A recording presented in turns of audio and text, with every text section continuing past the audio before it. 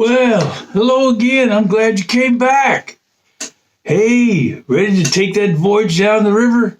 Sure.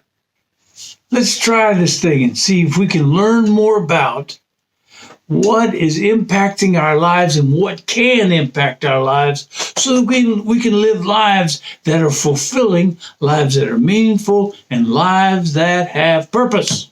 I'm Deacon Pete.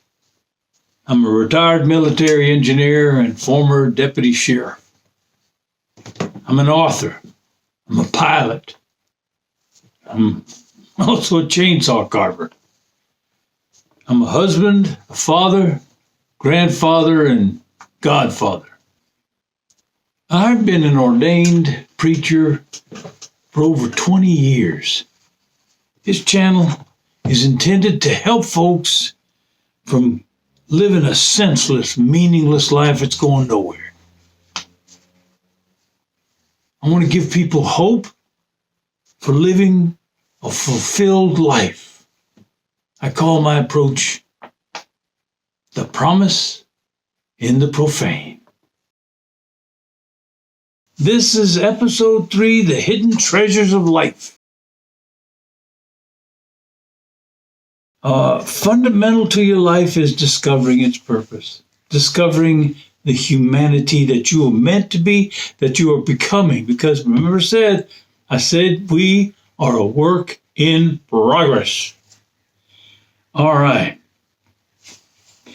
Of all things that we have to do that's very important in our lives while we're traveling on the river of life. Remember I said last episode that that life is like a river, and one bank is one we're very familiar with because it's the physical, and we've invested a lot of time and energy and focus on that side. We know how to heal our bodies. We know how to take care of our bodies. We're very concentrated on our bodies. We know how to feed our bodies. We know all kinds of things about our bodies. But that the biggest impact on who we are is not so much the physical, but what's on the other bank of the river. The one that's not so clear. The one that's ethereal. That's mystical, spiritual. In order to consider that bank of the river, to find out what's out there, I said we have to take our boats and go to the physical side and dry dock them over there. We dry dock our boat on the physical side.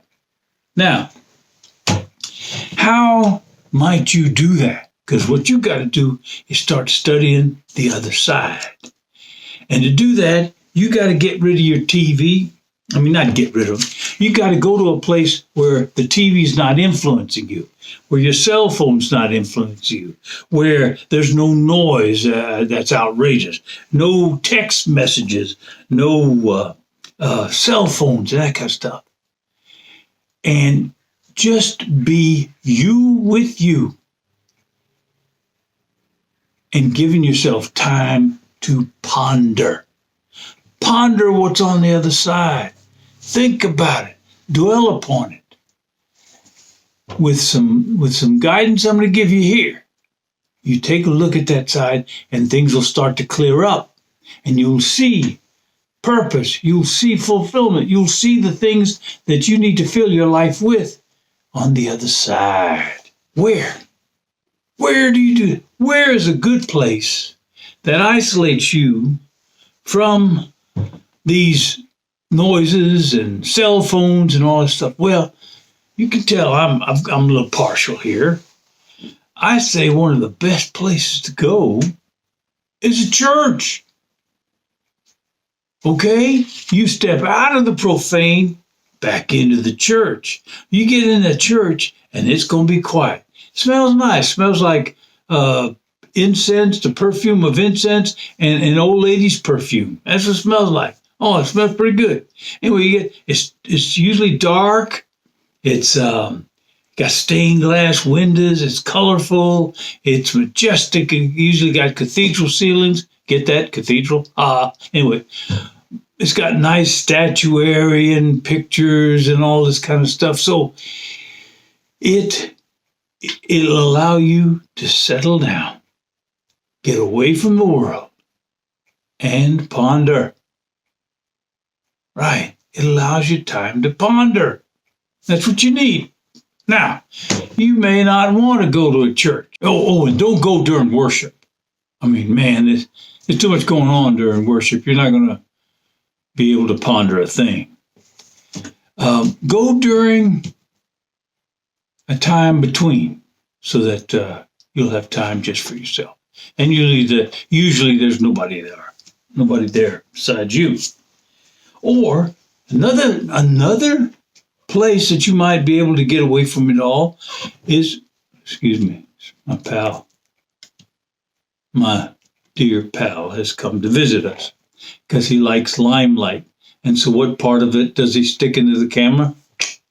Yep. Hey, buddy, can you keep on it going? Jax, this is Jax. And he's a boon companion. Anyway, go to a funeral home. Go to a mortuary.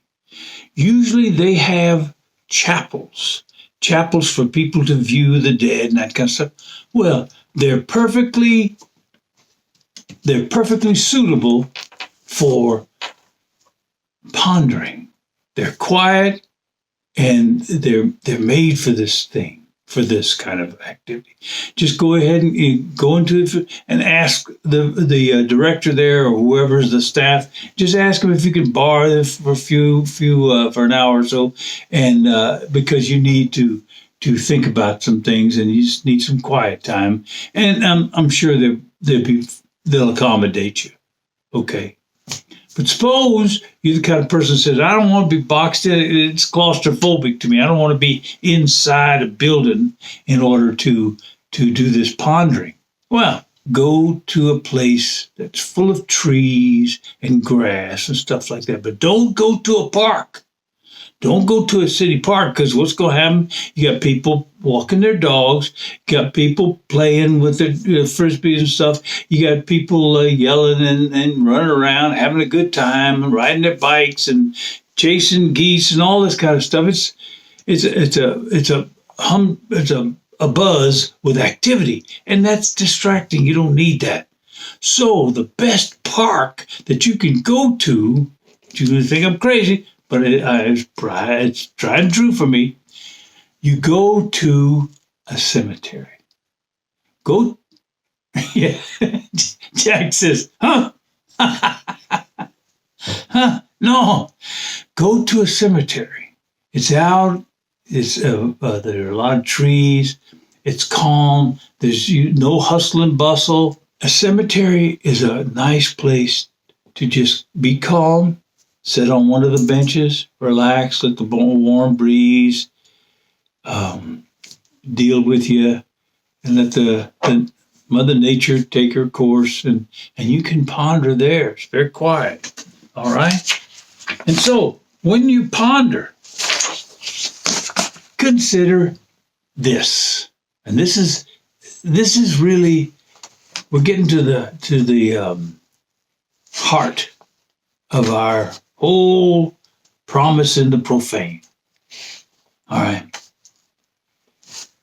You had no power to situate yourself to be born anywhere, to be born at any time, to be born with any gender, to be born with in any race.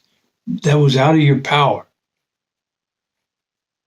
Well, that means those things were determined by something else, by a greater strength, by something bigger than you. You can call it luck. You can call it good fortune. You can call it bad fortune. You can call it the universe. You can call it the cosmos. Whatever. But it is greater than you, because it put you there. It put you there. It caused all the things that needed to come into place to put you where you were, when you were born, and with what you were born. Okay? That is a greater strength than you. It wasn't you. This greater strength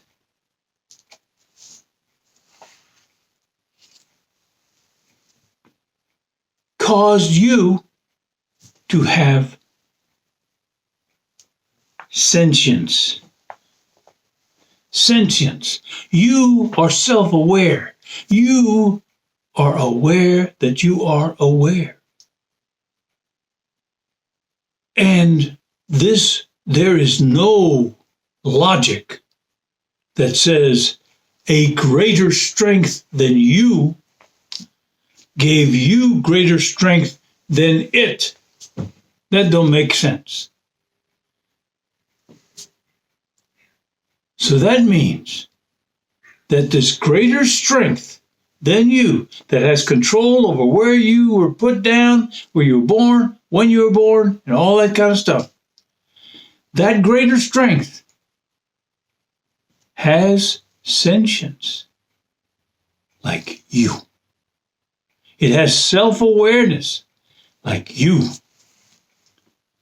More so because it is greater than you. Okay?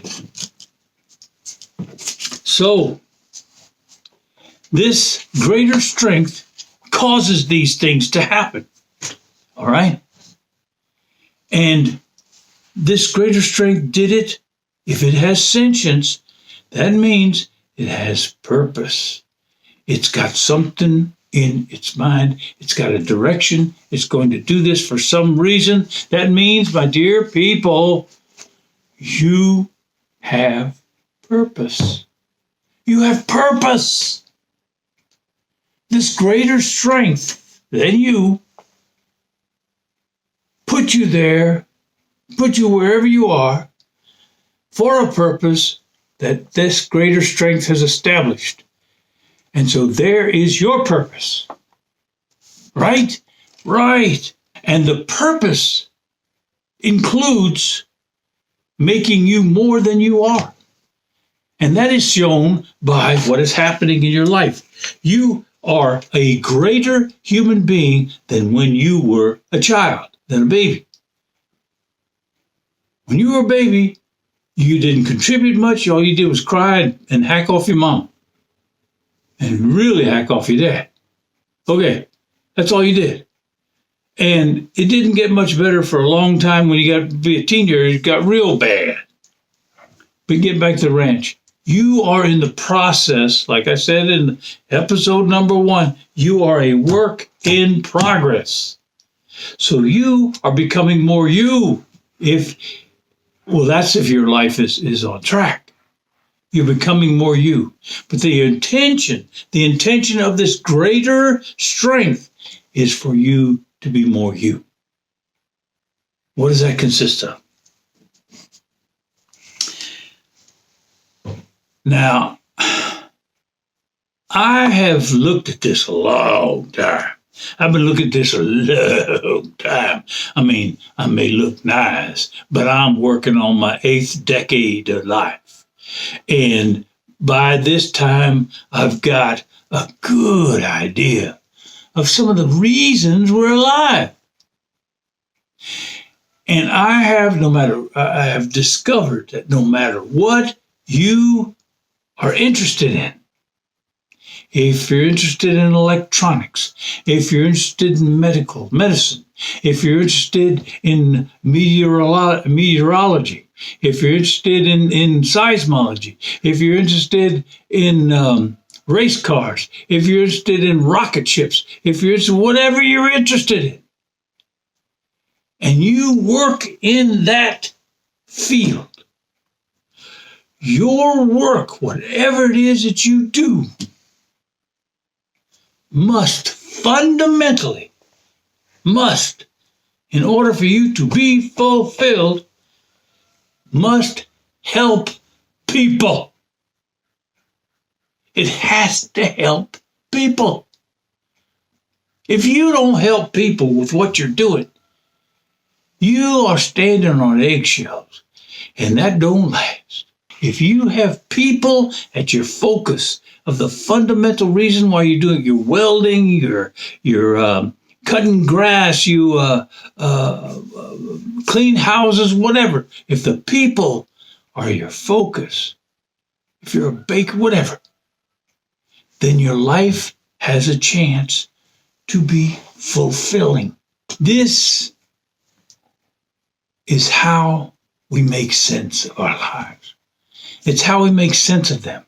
It's how our lives start turning toward that light. They get happier. They make more sense.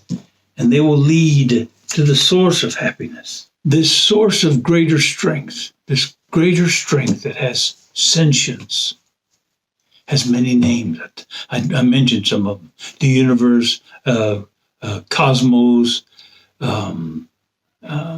whatever. Most people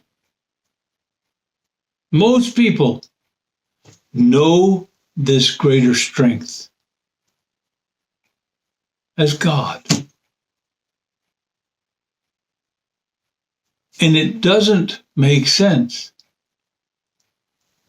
to fight something like this greater strength, to fight it when it is the only thing that can help you make sense of your life and give you purpose and fulfill you. It doesn't make sense to fight that. And so,